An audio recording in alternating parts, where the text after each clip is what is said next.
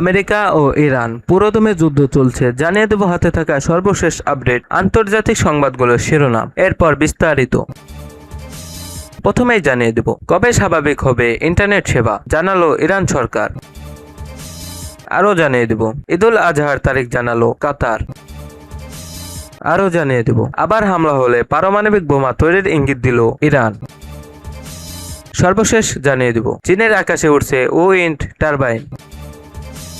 কবে স্বাভাবিক হবে ইন্টারনেট সেবা, জানালো ইরান সরকার। ইরান সরকারের পক্ষ থেকে জানানো হয়েছে যে যুক্তরাষ্ট্র ইসরায়েলের সঙ্গে চলমান যুদ্ধ সমাপ্ত হওয়ার পর দেশটির ইন্টারনেটের উপর আরোপিত সকল বিধিনিষেধ তুলে নেওয়া হবে এবং সংযোগ পুনরায় স্বাভাবিক অবস্থায় ফিরে আনা হবে। সরকারের মুখপাত্র ফাতেমা মোহারেজের জেরানি সম্প্রতি এক বিবৃতিতে এই ঘোষণা দেন। মুখপাত্র মোহরেজার রানী বলেন, বর্তমান সরকারের মূল লক্ষ্য হলো ইন্টারনেট সহ সকল অবকাঠামোতে জনগণের ন্যায়সঙ্গত প্রবেশাধিকার নিশ্চিত করা। তিনি উল্লেখ করেন, সরকার ইন্টারনেট ব্যবহারকে একটি নাগরিক অধিকার হিসেবে স্বীকৃতি দেয় এবং এটি সরাসরি প্রেসিডেন্ট নিজস্ব দৃষ্টিভঙ্গির প্রতিফলন। সরকার যে কোনো ধরনের বৈষম্য ও অবিচারের বিরোধী এবং ইন্টারনেট সেবা প্রদানে কোনো প্রকার অন্যায্য বাধা রাখার পক্ষে নয়। তিনি আরও যোগ করেন, সরকারের ইন্টারনেট বান্ধব নীতির প্রধান লক্ষ্য হল ব্যবসা প্রতিষ্ঠানগুলোকে উচ্চমানের ইন্টারনেট সেবা প্রদান করা। বর্তমানে যুদ্ধ চলাকালীন পরিস্থিতিতে স্বাভাবিক হয়ে আসার সাথে সাথে ইন্টারনেট ব্যবস্থা আগের রূপে ফিরবে বলে তিনি আশাবাদ ব্যক্ত করেন। উল্লেখ্য, গত 28শে ফেব্রুয়ারি যুদ্ধ শুরু হওয়ার পর থেকে ইরানে ইন্টারনেট সেবায় ব্যাপক বিপর্যয় নেমে আসে। টানা 74 দিন ধরে দেশটিতে প্রায় সম্পূর্ণ ব্ল্যাকআউট বা ইন্টারনেট বিচ্ছিন্ন অবস্থা বিরাজ করছে। বর্তমান দেশটিতে সাধারণ জনগণের জন্য শুধুমাত্র সরকারের অনুমোদিত নির্দিষ্ট কিছু ওয়েবসাইট ব্যবহারের সুযোগ রয়েছে, যার ফলে কয়েক কোটি মানুষ চরম ভোগান্তিতে পড়েছেন। সরকার এই পরিস্থিতিকে সাময়িক এবং নিরাপত্তা পরিস্থিতির সাথে সম্পর্কিত দাবি করেছেন।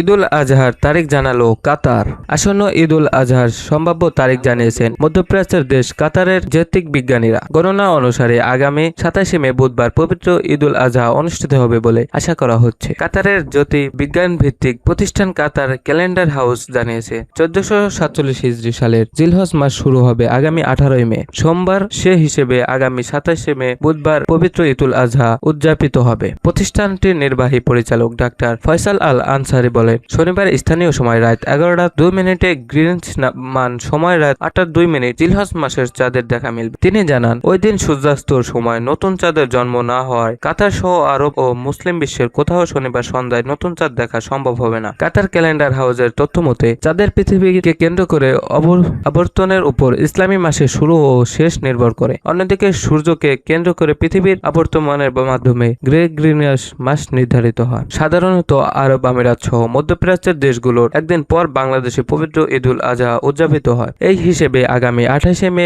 বাংলাদেশ পবিত্র ঈদুল আজহা পালিত হতে পারে। তবে দেশের আকাশে জাতীয় চাঁদ দেখা কমিটির চাঁদ দেখার উপর দেশে ঈদের চূড়ান্ত তারিখ নির্ভর করছে। আবার হামলা হলে পারমাণবিক বোমা তৈরির ইঙ্গিত দিল ইরান। মধ্যপ্রাচ্যে চলমান উত্তেজনার পারদ জড়িয়ে ইরান এক চরম হুঁশিয়ারি বার্তা দিয়েছে। মঙ্গলবার 12ই মে দেশটির সংসদীয় মুখপাত্র ইব্রাহিম রেজাই জানিয়েছেন, ইরান যদি পুনরায় কোনো হামলার শিকার হয় তবে পাল্টা ব্যবস্থা হিসেবে তারা 90% পর্যন্ত ইউরেনিয়াম সমৃদ্ধকরণ করতে পারে। উল্লেখ্য, এই 90% বিশুদ্ধতার ইউরেনিয়াম সরাসরি পারমাণবিক অস্ত্র বা বোমা তৈরির উপযোগী বলে গণ্য করা হয়। ইরানের সংসদীয় জাতীয় নিরাপত্তা ও বৈদেশিক নীতি কমিশনের মুখপাত্র রেজাই সামাজিক যোগাযোগ মাধ্যম এক্সে সাবেক টুইটারে একটি পোস্টে জানান, পুনরায় আক্রান্ত হলে 90% সমৃদ্ধকরণ ইরানের অন্যতম বিকল্প হতে পারে বলে এবং বিষয়টি নিয়ে দেশটির পার্লামেন্ট আলোচনা করা হবে। ইরানের এই প্রচন্ড হুমকি এমন এক সময় এলো যখন যুক্তরাষ্ট্র ও ইরানের মধ্যে চলমান যুদ্ধবিরতি অন্তত নড়বড়ে অবস্থায় রয়েছে। এদিকে সোমবার 11ই মে মার্কিন প্রেসিডেন্ট ডোনাল্ড ট্রাম্প জানিয়েছেন, ইরান ও যুক্তরাষ্ট্রের মধ্যকার বর্তমান যুদ্ধবিরতি এখন লাইভ সাপোর্টে রয়েছে। ইরানের পক্ষ থেকে দেওয়া একটি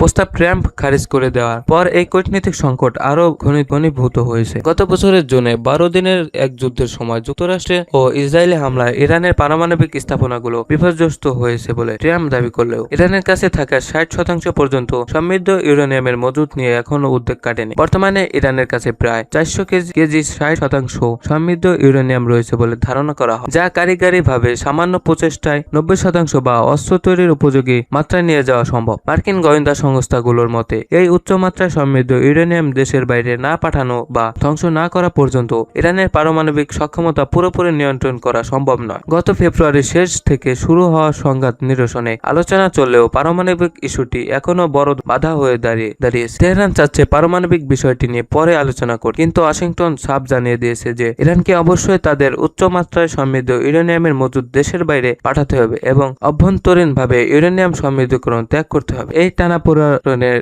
মধ্যে ইরানের সর্বশেষ এই হুঁশিয়ারি বিশ্ব রাজনীতিতে নতুন করে অস্থিরতা তৈরি করেছে। চীনের আকাশে উড়ছে উইন্ড টারবাইন। বিদ্যুৎ উৎপাদনের বিরাচিতার ধারণা বদলে দিতে আকাশে উড়ছে বিশেষ ধরনের টারবাইন। ভূপৃষ্ঠের বায়ু বিদ্যুৎ কেন্দ্রের তুলনায় এই প্রযুক্তিতে বিদ্যুৎ উৎপাদন খরচ হবে প্রায় 10 গুণ কম। উদ্ভাবকদের দাবি এই ফ্লাইং টারবাইন থেকে মিলবে নিরবিচ্ছিন্ন 1 মেগাওয়াট বিদ্যুৎ।